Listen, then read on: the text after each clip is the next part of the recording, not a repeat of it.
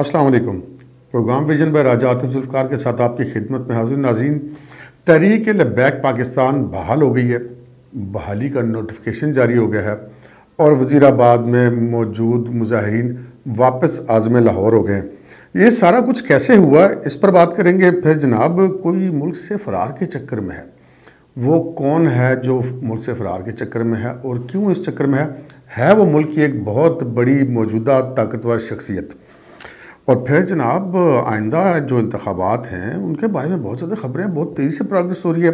اب تو لوگ بات کرنا شروع ہو گئے کہ جی مارچ میں الیکشن آ رہا ہے، مارچ 2022 میں، اور نواز شریف صاحب سے لندن میں مذاکرات میں بھی بڑی تیزی آ گئی ہے۔ سنا ہے نواز شریف صاحب نے کچھ لچک بھی دکھا دی ہے، اور شہباز شریف صاحب نے بھی اسلام آباد میں ڈیرے ڈالے ہوئے ہیں۔ مولانا فضل الرحمان صاحب کے بھی اسٹیبلشمنٹ سے رابطے ہو رہے ہیں، اور یہ سارا کچھ کیا چکر چل رہا ہے، کیا واقعی الیکشن ہو رہے ہیں؟ اور پھر قومی سلامتی کمیٹی کا بھی ایک اجلاس ہوا ہے اور وہ پھر ان کیمرہ اجلاس ہوا ہے۔ ان تمام موضوعات پہ بات کریں گے، مگر اس سے پہلے کہ ہم اپنے پروگرام کو آگے بڑھائیں، آپ سے گزارش ہے کہ اگر ابھی تک آپ نے ہمارے چینل سبسکرائب نہیں کیا تو پلیز کر لیجئے، اور ساتھ ہی بیل آئیکن بھی دبا دیجئے تاکہ جو ہی ہمارا کوئی پروگرام اپلوڈ ہوتا ہے تو اس کا نوٹیفیکیشن فوری طور پر آپ کو موصول ہو سکے۔ تو ناظرین پروگرام کا باقاعدہ آغاز کرتے ہیں۔ وہ کون سی اعلیٰ شخصیت ہے جو کہ ملک سے فرار ہونا چاہتی ہے، یہ بھی ہم آپ کو بتاتے ہیں، لیکن پہلے بات کر لیتے ہیں جو کالعدم تھی تحریک لبیک پاکستان، وہ جناب بحال ہو گئی ہے۔ کل شام کو اچانک ہی وہ سمری پاس بھی ہو گئی، پھر اس کے یعنی کہ منٹوں گھنٹوں کی بات ہی، نوٹیفیکیشن بھی جاری ہو گیا، اور پھر آج دن کو اعلان بھی ہو گیا جو لبیک والوں کے مظاہرین تھے وزیر آباد میں کہ وہ واپس روانہ ہو گئے ہیں، ادھر سے اپنا سامان انہوں نے باندھ لیا تھا، نکل گئے، اب تک تو روانہ ہو چکے ہوں گے واپس لاہور کی طرف۔ اور یہ سارا کچھ کیسے ہوئے ناظرین؟ یہ اچانک ہی ہوا سارا کچھ۔ وزیر اعظم صاحب تو اس چکر میں تھے کہ ہم تو وہ کہتے ہیں پنجابی پاسے پان دیں گے، وہ گنڈاسے اٹھا کے پھرے تھے، پی ایم صاحب بھی، فواد چوہدری صاحب بھی، اور ایون شیخ رشید صاحب بھی۔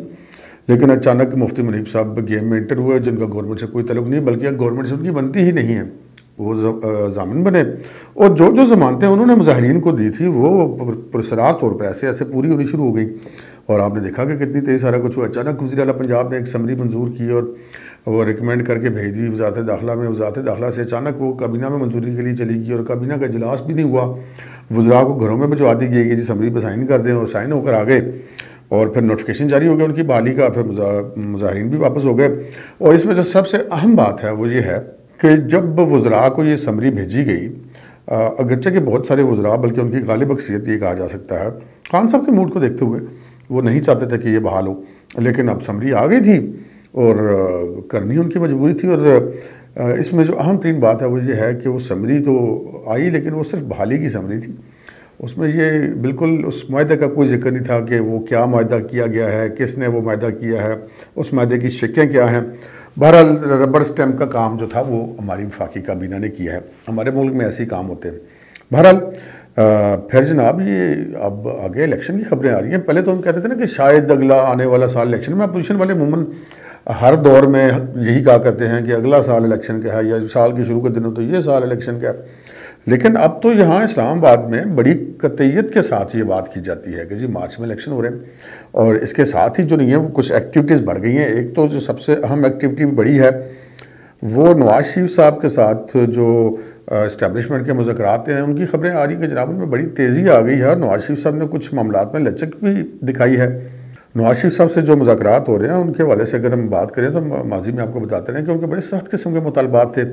وہ یہ کہتے تھے کہ جو کچھ ہوا مسلم لیگ نے ان کو کیسے نکالا گیا، کیسے ان سے حکومت چھینی گئی، کیسے ان سے پارٹی چھینی گئی، کیسے ان کو سزائیں دلوائی گئی، وہ تمام ذمہ داران جو ہیں وہ پہلے ان کا مطالبہ تھا کہ ٹی وی پر آگے قوم سے معافی مانگے۔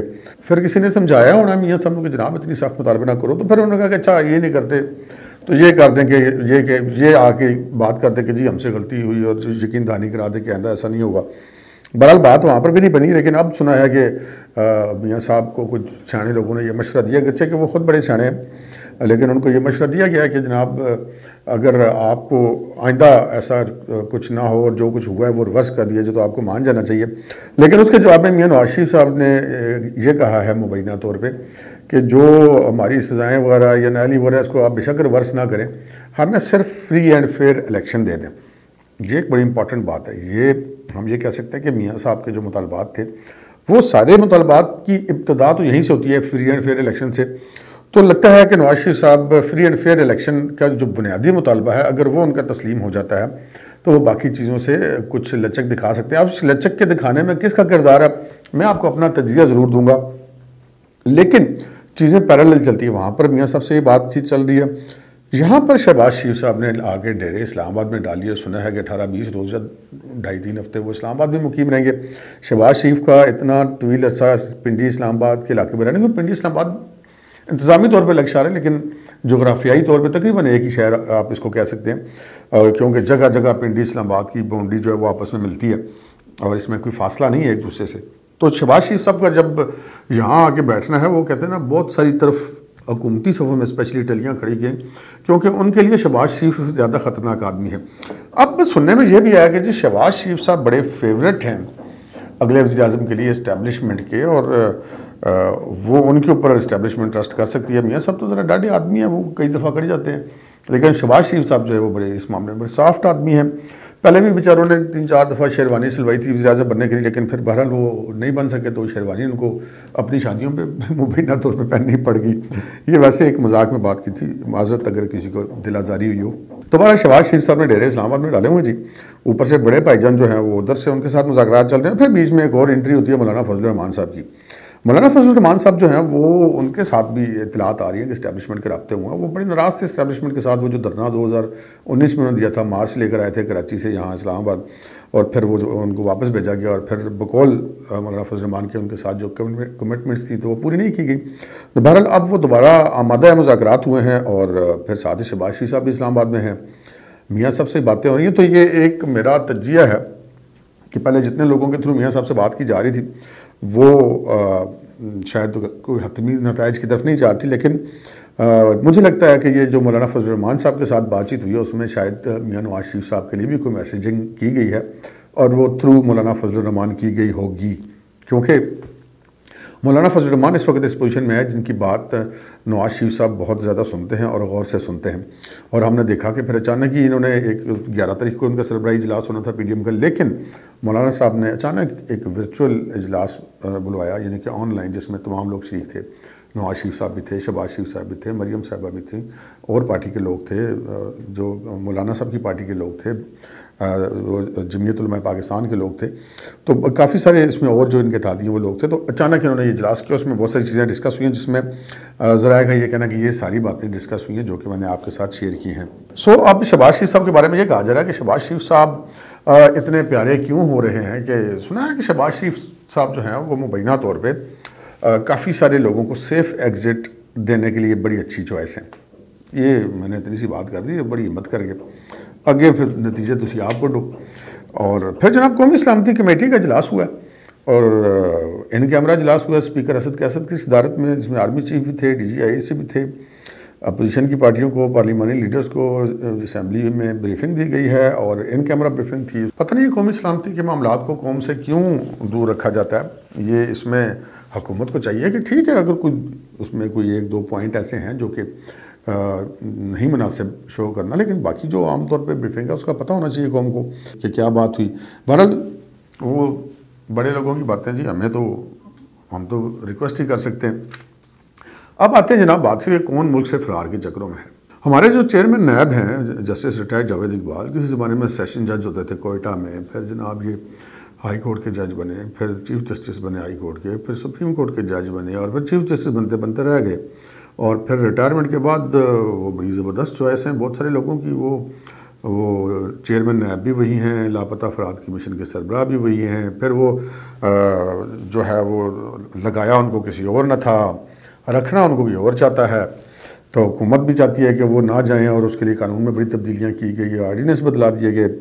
وہ ان کی بہت ساری خوبیاں بھی لوگوں کے علم میں ہیں. وہ جیسے وہ جو ان کی ایک ویڈیو مبینہ طور پہ سامنے آئی تھی, جس کا ابھی تک کوئی نہ تو کوئی فرانزک آڈٹ کروایا گیا ہے, نہ ہی کوئی تردید ایز سچ کوئی آئی ہے.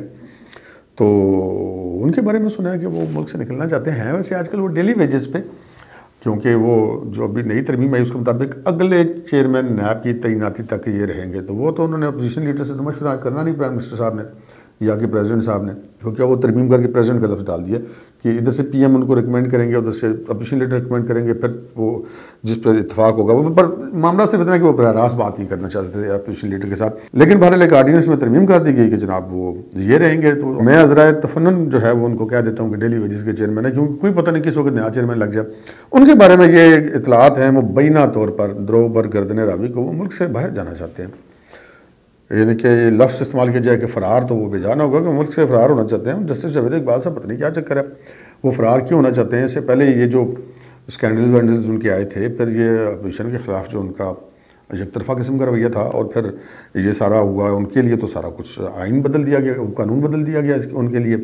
تو وہ اب کیوں باہر جانا چاہ رہے ہیں. وہ جو 2-4 روز پہلے ایک اسکینڈل بھی آیا تھا, نیب کی ریکوری, جو چیئرمین نیب صاحب جو ہیں وہ بڑی تقریریں شیریں کرتے تھے کہ جناب اتنے 100 ارب روپے کی ہم نے ریکوری کر لی ہے. تو پتہ چلا 821 ارب روپے کی ریکوری کی تھی, اور ان میں سے 815 ارب روپے کو بھی خزانے میں جمع نہیں ہوئے. پتہ نہیں یہ بھی وجہ ہو سکتی ہے. اب اس چیز کا ہم اندازہ کریں گے, سراغ بھی لگانے کی کوشش کریں گے, آپ کو آگاہ بھی کریں گے. اب تک کے پروگرام میں اتنا ہی, اجازت دیجیے. اللہ حافظ.